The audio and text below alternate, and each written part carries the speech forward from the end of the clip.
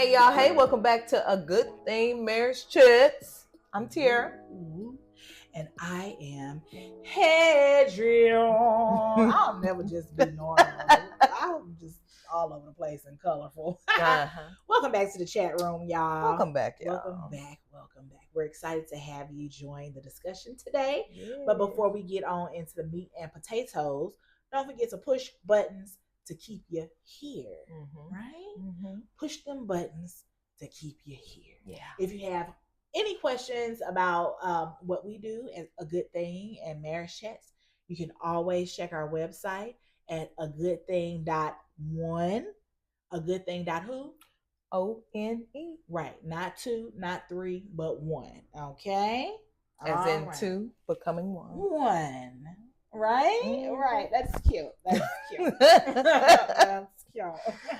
All right, so what are we talking about today? Today, we're going to explore talking about daily and weekly routines to help build a strong marriage, which is very important because, sometimes people be getting into a mode of like roommates and just getting by and hardly seeing each other and just living these two lives. Not that you shouldn't have your own lives. You should.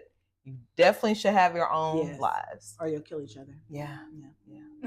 But it's important to like be intentional about coming together, finding ways to come together. Yeah. And not just when it's time to go to bed. Okay. Okay. You know what I mean? Catch my drift. But, intentional times of like talking and hearing each other and just holding each other, hugging each other. Yeah. How are you cultivating throughout the day? Yeah. What are you doing to build your intimacy so that the bedtime better is better? Right. So I was just telling Tweed that Cortez and his new work schedule is all over the place, right? Yeah. So we were talking about like, well, maybe we could send each other a text or a picture or make sure that before you leave, we get a kiss or every day though he has committed to, and I am still working on it, but every day he's committed to, like, when we give each other hugs, that he's gonna squeeze my butt and flick a nipple. And so I'm still working on it because I'm just like, please let it be violated like this. But he's committed to doing it every day, and I'm just like, all right, come on in and squeeze this. Yeah. This. Right. He come in and squeeze my butt, flick my nipple, and then we give a kiss, and then we go on about our business. Yeah. But we are, and I haven't said this, I don't know how many times in these episodes, y'all. We still working on the date nights and getting together, and just we're still working on it. Yeah. But we have had a discussion about babysitters, nannies, bringing somebody in that can watch the kids so that we can do more date nights, so that we can go hang out and spend more time together. Yeah. We have some familial support and from our friends and our family. But, we understand everybody got lives, and we need somebody that we can be like, hey, I'm going to put you on the books for this week. Yeah. All right. And we'll see you next week. Bye. Yeah. Like, that's what we really need. Yeah. Because we do want to make sure that we continue having a strong, healthy marriage, relationship, intimacy. Yeah. Like, we want to keep doing that. Right. I don't want to feel like we're roommates. Yeah. That's a nightmare. That's a nightmare. And I promise you, I think I shared this with y'all before. I had got to a point where I had to like try my best not to get into this place of fear of worrying about the fact that we're getting close to being empty nesters. And so now I don't want to get to a point where we're looking at each other. Like we were still having the date nights. We were still taking a trip, but I'm like, that sound good. But when you talk about like empty nesters, like it's just us, like every day, every night, like ain't no more running around, ain't no more. Cause I'm telling y'all, like our youngest who's at home, she's 16, but our life has still changed. Like I'm literally debating now if I should cook dinner or not. And if I do, what I'm cooking. And when it's time to go grocery shopping, what should I get? And not cooking as much and not making leftovers because it's probably not going to get ate. Right. And, so it's different. But some of the ways that we've been like cultivating, and we just made some more when we went through the shadow book.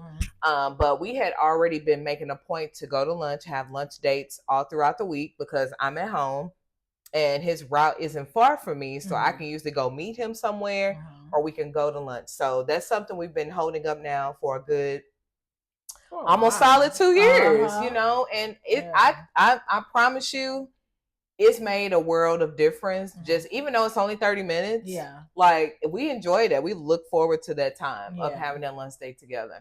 The other thing, similar like what you were mentioning, is that now after going through the shadow book, we're like, okay, we want to make sure. Like I could have just went to lunch with him an hour and a half ago, but still, when he gets here, I want to make him feel a certain way when he gets here. So I'm gonna go up to him and I'm gonna put my arm around his neck and I'm gonna kiss him. We're gonna hug and just embrace each other for a while because now we're not rushed because we're at lunch or whatever. So we try to make sure we get that no matter what, even if he is about to go back out and play pool or if I'm getting ready to go to class or something like that, because those moments matter. And you know, that 60-second hug can still make a world of difference, you know? So that's just like small things that you can do. Especially just with the just the hustle and bustle of life. Like for us, school has started back, dance class has started back.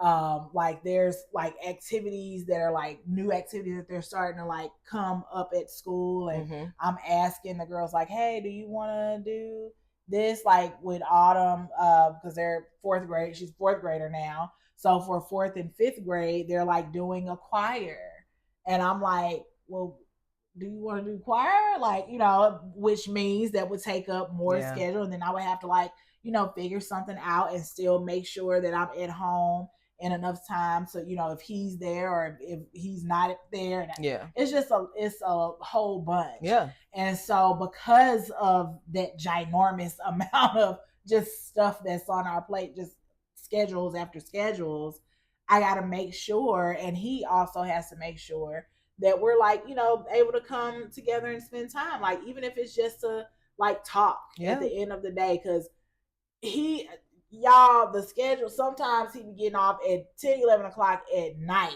like, and so he'll come home and he's tired, but he'll like, you know, try to give me 10 minutes, and I, you know, understand that he's sleepy, so I'm like, okay, well, you know, I just wanted to talk to you about this, and you know, and then we'll go on to sleep or whatever. But it's not like how it was, you know, before, where, you know, he wasn't a supervisor. He was on the street delivering, and we could just be on the phone, and, you know, and now I'm working. I can't be on the phone with him because I'm working. So just life, like you said, life has changed, and we have to, you know, figure out like, or navigate all of those changes and come up with a plan to make sure that we stay connected with the kids. It's just, it's a lot. It's a lot. And it's, you know, to her point too about what she was saying with, you know, when they come home tired and things like that, make sure that you know, if you're working a really hectic work schedule, or, you know, you're still find a couple nights a week to hang out with the guys or the girls, that you're not giving the crumbs to your spouse. Because one thing too that I've like conveyed to my husband is like, yeah, don't get me wrong, I appreciate us having that lunch date. I appreciate us getting that quick kiss and hug when you get home.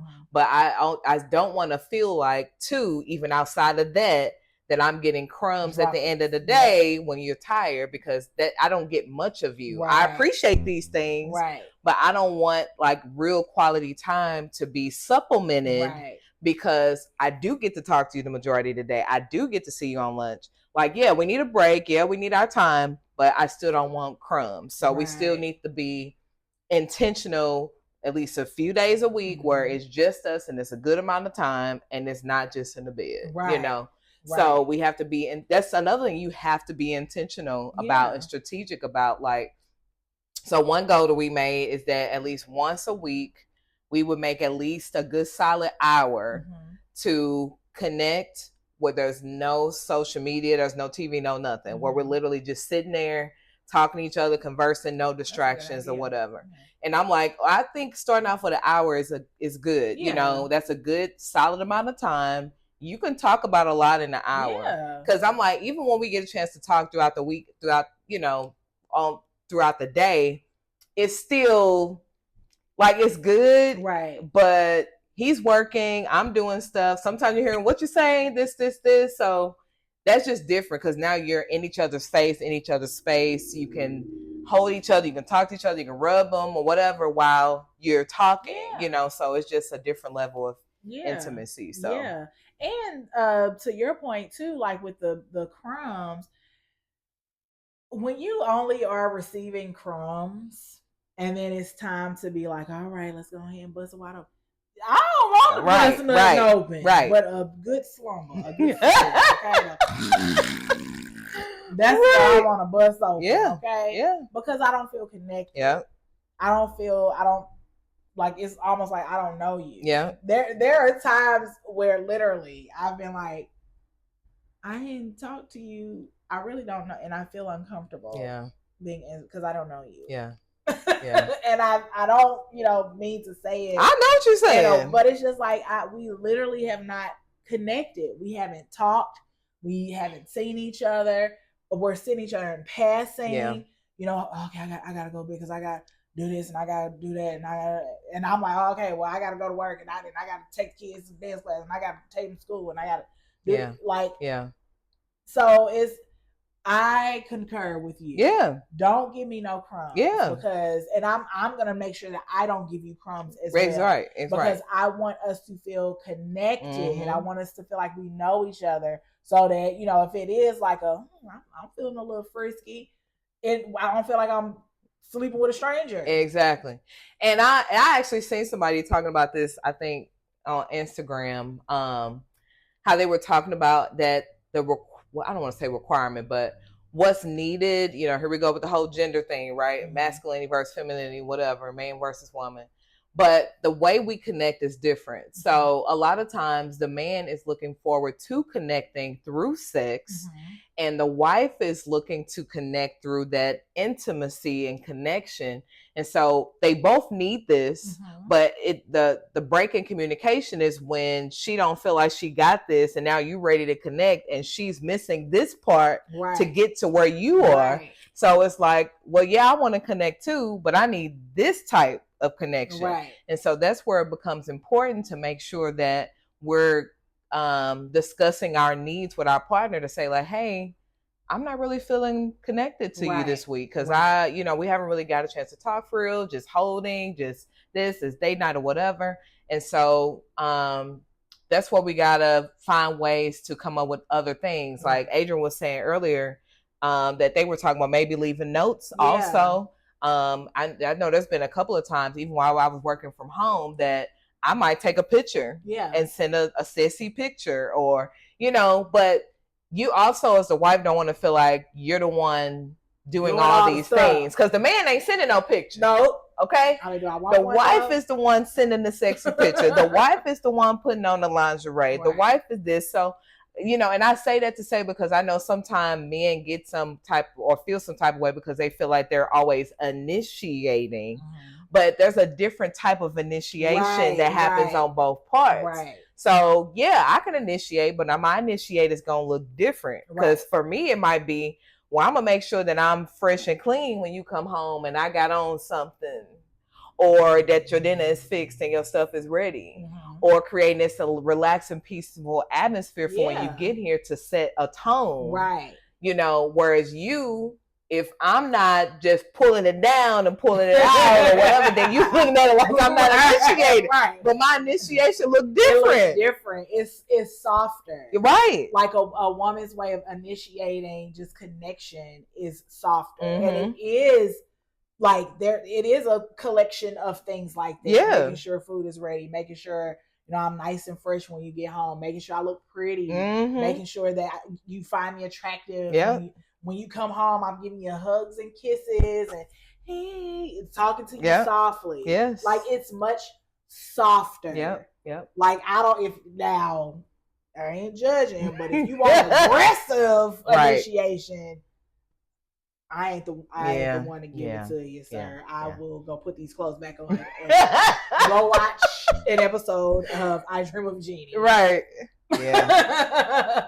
So yeah, that's not. But it's thinking about that. It's a much softer approach to initiating things where it's like with them, it's just like, let me, Yeah, I'm gonna grab you. Yeah. You know. And that makes me think about a conversation we had recently too, which I think it was between the book as well as our men's last conversation workshop, where the men were talking with the counselor and talking to them about what it looks like to serve your wife, what it looks like to serve a marriage, period. And so it brought on this conversation for me and him about what it looks like to serve each other. And this happened right before we went out of town for my birthday. So I said, well, when we go out of town, now we had this uninterrupted time, let's have an in-depth conversation about what it looks like for real to serve each other. Because maybe what I'm thinking I'm doing to serve you, you're not receiving it that way. And I don't know about you. This might come off wrong, but I don't want to just be serving you and doing stuff for you if you're not receiving it that way. Because I got kids. I got me. I got things to do. So while I want to do things for you just because it sounds good, sure. But I want to do the things that matter. I want to do the things that give me brownie points. They give me checks off. Checks and balances, whatever you want to call it. So no, let's do the things that you feel is me being intentional, that you feel loved, appreciated, valued, all the things. And we talked about it, y'all. It was not what I thought. The stuff that I've been thinking that I've been doing, like you come home, your undergarments, your towels ready, your this, that, is cooked, your plate fixed, blah, blah, blah, all this stuff.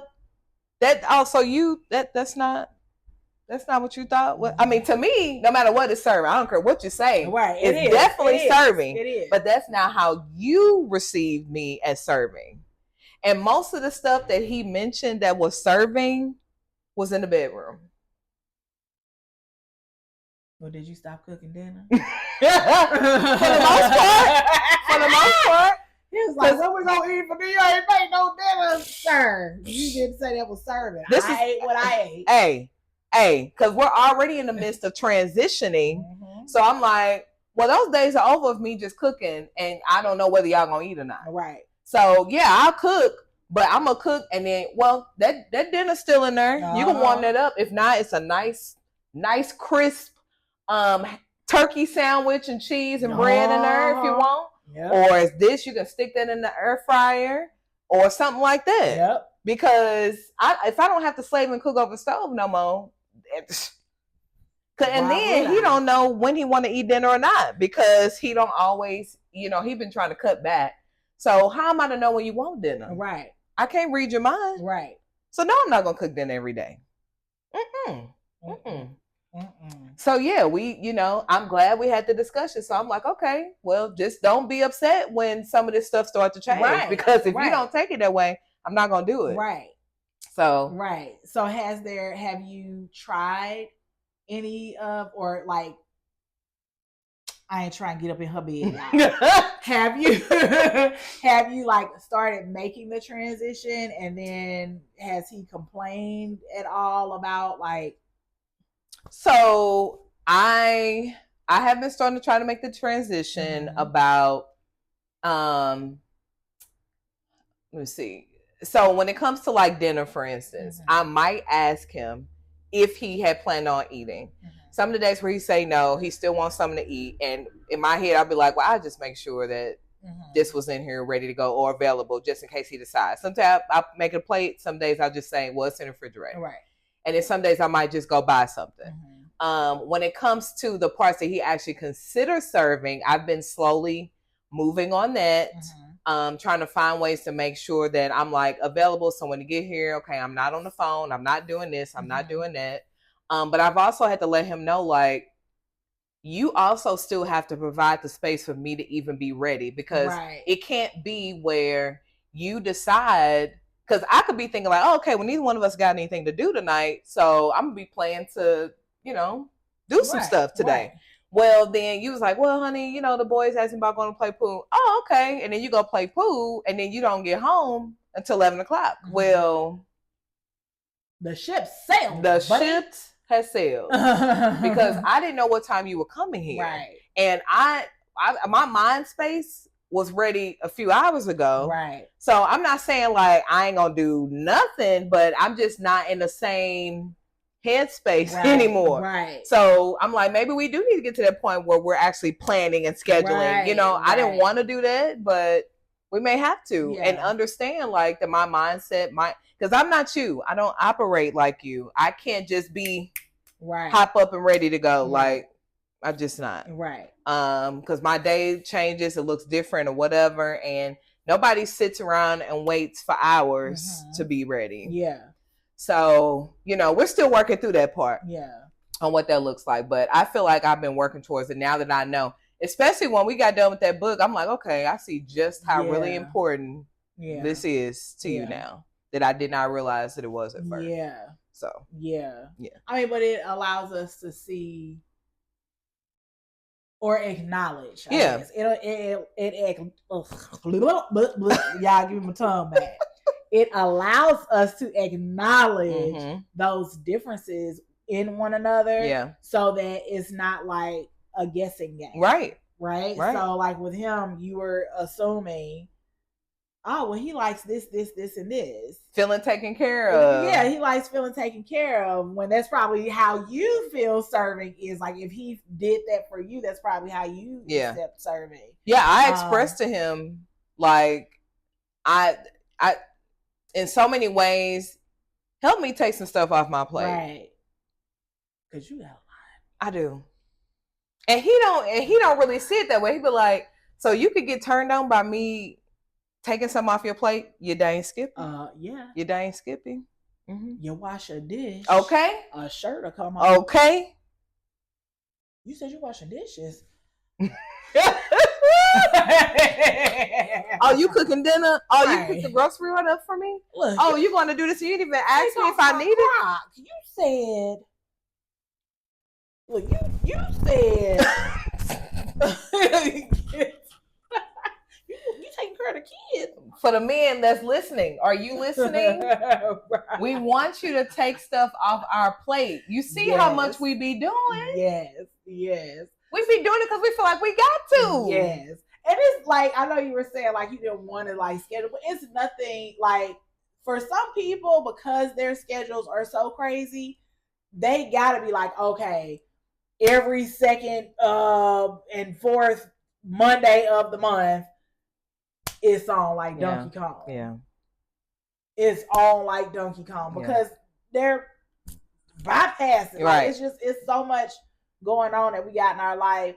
And some people, because it's supposed to be spontaneous, and we're not saying that it can't. Yeah, right. But you could still have them set days down where you know, okay, it's about to go down. Yeah.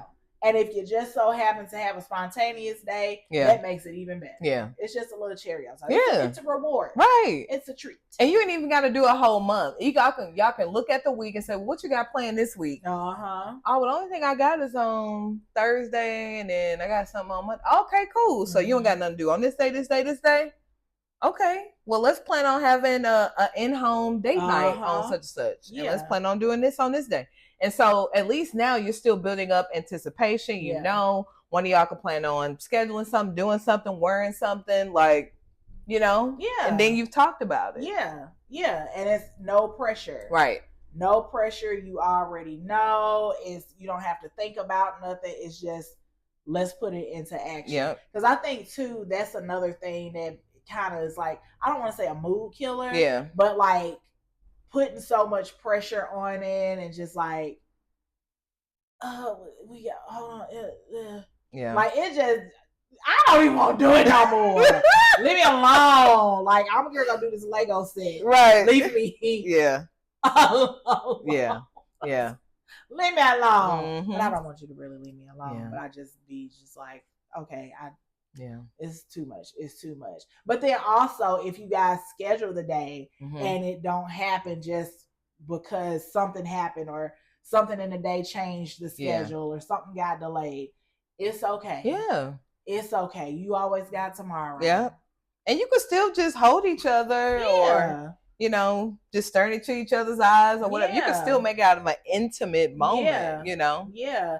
And so like with you have older kids. Yeah. And I still got them littles. Now trying to escape somewhere, they will play hide and seek. They will find you. Yeah. Mommy, Right. Daddy, where are you? I'm just like, oh wait. Right. I love you. Yeah. But please, yeah, go find some business. Yeah. Go find Yeah. a zombie 3. Go do something. Go look at the sentence on Disney. Not a zombie. Yes. Yeah. But yeah, if you know you got the little kids, you got to get creative, Yeah. right? So I know we were talking about like we were in the basement washing laundry, doing some laundry. Yeah. And I was like, you know what? It'll be look talking that my initiation. Right. Okay. I was like, it would be so like sexy if like we just like down here on the washer. Here comes some Mom, Dad, you down there? I was like, let me go ahead and put these drawers in this washer. Right. Have to come and say something. Right. Downstairs. Right. Mom, Dad, I'm coming down with to play in the back room. Girl. Just go away. Right. Just go away. But we got to get creative as parents of littles. Mm-hmm. Finding the babysitter. Stealing moments away. Like finding out what they really into right now. Yeah. Plopping them in front of that. Yeah. And then you might have to go do a little 3-minute quickie. Yeah. 4, 5, Yeah. 6. I don't know how long it might last for y'all. Yeah. But you gotta go do your little quickie before they come and Mom, Dad. Like we gotta get real creative. Yeah. We have to. But then that gives you more opportunity when you do have those planned moments, a vacation, a staycation. You can really, really, really do something special for one another because now you don't have the distraction of your children, work, responsibilities. You're just with one another. Yeah. Like you're enjoying the time that you all have together. And it's not even just like we about to just be smashing all up and through this place. Right. It's literally like, okay, we're talking and we're connecting and what was your week like? Or how do you feel about this? Or it's just time for you guys to just focus on each other. Yeah. And you know what, when we were at the retreat and we were doing an exercise with Alicia and like when all of us like afterwards was thinking, girl, hair just be everywhere. And I'm just like, oh Lord, sensory. But we did the exercise with Alicia and it was just like, you know, because some of the things that we were doing needed to be covered up. I mean, we wasn't none of your business, okay? but that time that we were just like sitting there and talking to one another, it was just the attention was on each other. Yeah, that's how I felt too. It was nobody else, you know. Yeah, you hear the gigglings and the music is playing and Alicia is like, you know, teaching us things and stuff like that. But we were so present. Tuned in and present to each other that made it like, man, I can't wait to, you know. Yeah. I can't wait till you see these drapes. Remember that? I think I let my wife. I can't wait till you come home so you can see these drapes. That's how I was feeling. See the drapes. But it just makes it more, you know, meaningful. Yeah. It makes it, or not meaningful, but it makes it more like special and deeper. Yeah. Because you all took that time to plan that out so that it can be something special or a special moment, you know, for you at that time. Yeah. So I think that's good, y'all. This was good. Don't be ashamed to go schedule your time. What they call the D appointments. I don't want to say it. You know, we can just say what we've been saying, P&V dates, like we've been talking about. PNV dates, PNV appointments, right? For learning each other, learning how to please one another, learning how to communicate what your wants and your needs and your desires are with one another in a safe space. Yeah. So sex is important, y'all. It's important. Yeah. It's smart, it's kind, and it is important. It is important. It's a very important part of maintaining your marriage. Yes. I highly recommend that you do not push it by the wayside, like it doesn't matter. Because I know sometimes there's some spouses that, feel like they can go without, and, maybe they've dealt with something they've just not, did it in a while, whatever the reason. Your partner is silently suffering. I promise you, they're silently suffering. Even if they're not saying anything to you directly, they're feeling it. And you don't want them to feel pressure to be behind a screen somewhere that you're not. They're hearing conversations when you're not around. They're seeing things on social media. And the more they explore things on social media, the more they pop up for them on their phones. So if you are having an issue where you're not feeling desirable, where you don't want to partake, where you just don't have any interest, where you have an area that needs to be healed, you need to see somebody. Yes. There are sex coaches, there are sex therapists that can work with you individually, that can work with you together. There's therapists that focus on certain things that maybe if you've had like a sexual trauma. Like EMDR, like what's the other one that starts with an S? Somatic release or something like that. Yeah. So there's different measures and modalities out there that are available to help you work through whatever that is. Yeah. But don't continue to sit in it. Yeah. Don't continue to sit in it. It's not good for you. It's not good for your marriage. Sex was made to be a beautiful thing. There's healing in it. It's a spiritual act. It's what else? It releases relieves stress. It's good for your heart. Yeah. And it's good, just simple for connection between you and your spouse. Yeah. You won't be able to connect the same without it. Yeah. So make sure that you make a point to connect. Yeah. As often as you can.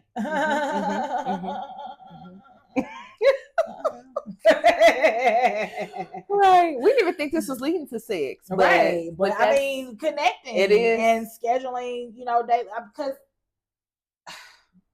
let me tell you, I need you to talk to me for me to talk to you. Be ready. Yeah. Right. So, even though this wasn't just all about sex, still understanding the importance of daily connection, weekly connection, just tuning into one another. The more talking and connection we get, the more ready we gonna be. Yeah. You heard it here first. Yeah. I'm telling you. Yeah. Watch what we tell you. Yeah. For these men out here to be talking about women saying they always want to talk. That's why. Do you want butt or do you want nothing? If you want some butt, you're gonna talk to me. Yeah. You want some beauty? Yeah. You're gonna talk to me. That's the secret. Yeah. Well, that's all we have. Ain't got no more. Don't forget to do all the things, like, comment, subscribe. If you want to know more about us or any of our partnerships that we have, sponsors. If you just want to just take a cute little look at our website because it's cute, right? Yeah, you'll see all our upcoming events. Yeah, you can see all the things that we're doing and get to know about us. Go ahead, check out our website. It is agoodthing.one. A good thing dot what? ONE. Right, not the one. I mean, not the one. Not the 2 or 3 or 4, but the one. Right? Yes, all right. Well, let's go ahead and get on up out of here. But before we go, don't forget, a good thing is not hard to find. But it takes work to keep it now. Don't you forget it. Go ahead and make those connections. We'll see you next week. Hopefully we'll hear about some. Bye, y'all.